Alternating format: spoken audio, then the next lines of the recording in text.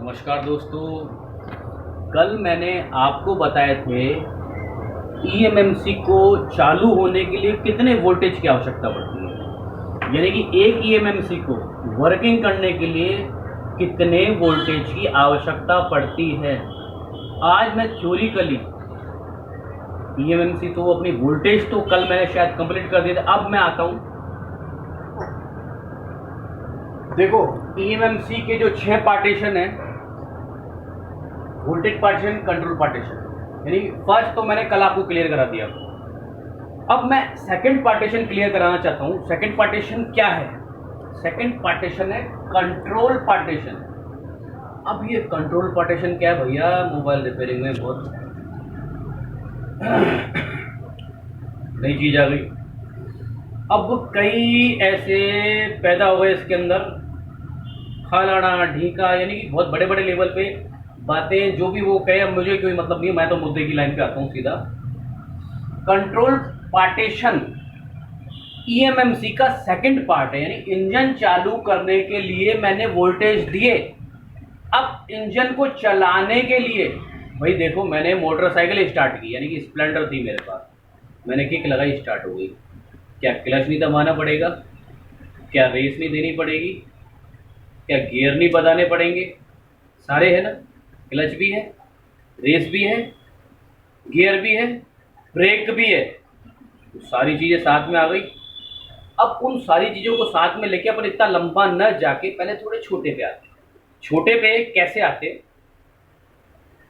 Voltage partition की मेरी class first थी, सेकंड पार्टीशन। अब क्या होता है control partition? Second control partition, गाड़ी का ब्रेक, क्या गाड़ी का ब्रेक, वो कैसे काम करता है? तो कंट्रोल पार्टीशन कैसे वर्किंग करेंगे, कंट्रोल पार्टीशन में क्या क्या चीजें होती हैं? तो वो चीज सबसे पहले नैंड जो रैम होती है, नॉर जो रोम होती है, मैं इसके बारे में पूरी डिटेल बताऊंगा। नैंड, नॉन्ड, रोम, जीपीयू, ये क्या चीजें होती हैं वो मैं पूरा खोल के बता रहा हूं, पर पहले मेरे को इसके बारे में क्लियर करने दो। ये क्या चीजें? नैंड जो रैम होती है, नॉर जो रोम होती है, जीपीयू जो ग्राफिक्स पार्टीशन होता है। तो एंड की लाइन पे आओ भैया। नैंड का मतलब क्या है? External memory. एक्सटर्नल मेमोरी समझ ही गए होंगे आप। एक कॉमन सेंस लो यार, अपने मोबाइल को एक बार के लिए छोड़ दो, कंप्यूटर हार्डवेयर को ले लो। इससे पहले यही चलता था कि क्या कंप्यूटर हार्डवेयर पार्टीशन नहीं होती थी? C drive, D drive, E drive नहीं होता था? इन ड्राइवों के लिए मजबूत हार्ड डिस्क चाहिए होती थी, इनको फास्ट वर्किंग कराने के लिए रैम चाहिए होती थी। ये था कि नहीं था? अगर आप एक समझदार है तो मेरी बातों को समझोगे, और मैं बोल रहा हूँ फ्रेशर नहीं समझ पाएगा मेरी बात को, तुरंत प्रभावों से रवानगी ले लो।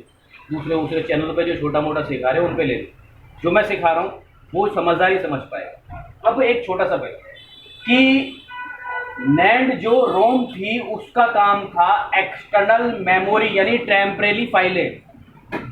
सेकंड पे आते। नॉर जो रोम थी यानी इंटरनल मेमोरी। अब थर्ड इसके अंदर आया जीपीयू।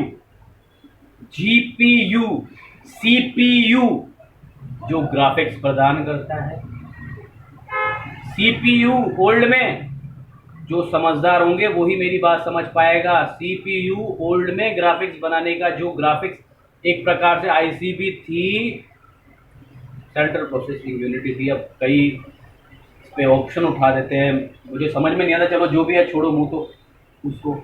जीपीयू का मतलब डिस्प्ले में जो कुछ दिखाई देता है वो आपका जीपीयू के थ्रू दिखाई देता है। Graphics, GPU, CPU, central processing unit, यानी कि आज भी पुराने कई सेट होते हैं जिसके अंदर डिस्प्ले नहीं आता, कनेक्टर प्रिंटेड छेड़ने के बाद सारा काम करने को नहीं आता, तो डिस्प्ले जिसपे सीपीयू को अपन रिवॉल्व करते हैं, लगाते हैं या चेंज करते हैं तो ही आता है, तो जीपीयू। यानी कि ईएमएमसी का इन सारी चीजों से मतलब क्या? यानी कि आपकी external memory, internal memory, display,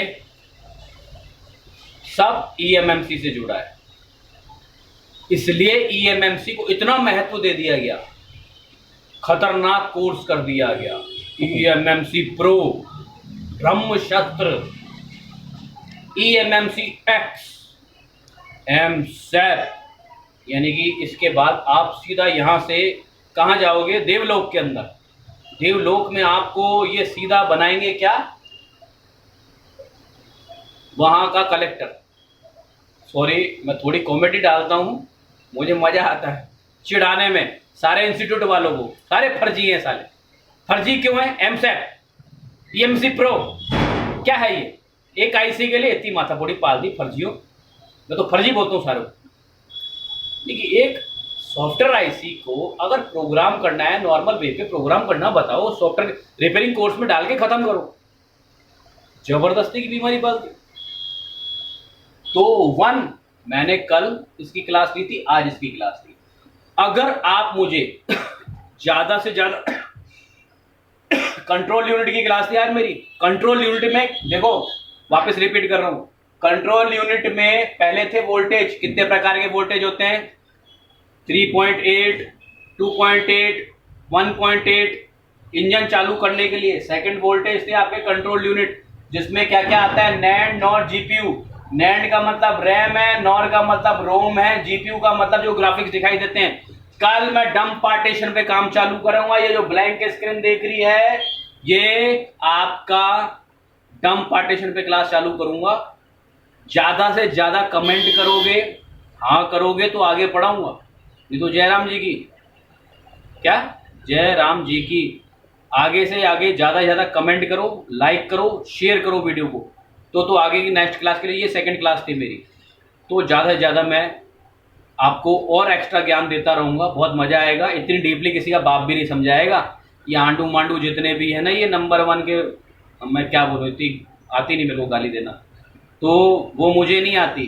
तो कहने का मतलब, अगर इतनी डीपली ज्ञान चाहिए कि ईएमसी में कितने पार्टीशन होते हैं यार, तुम नहीं समझ सकते उसको, मैं समझाऊंगा यहाँ पे। इतना गहराई में जाना हो तो चैनल को लाइक करें, सब्सक्राइब करें, शेयर करें। और ऑनलाइन ऑफलाइन मोबाइल का कोर्स भी करना हो, ईएमएमसी का कोर्स भी करना हो, हार्डवेयर सॉफ्टवेयर कोर्स भी करना हो, तो मेरे चैनल को लाइक करें, सब्सक्राइब करें, शेयर करें। थैंक यू, धन्यवाद।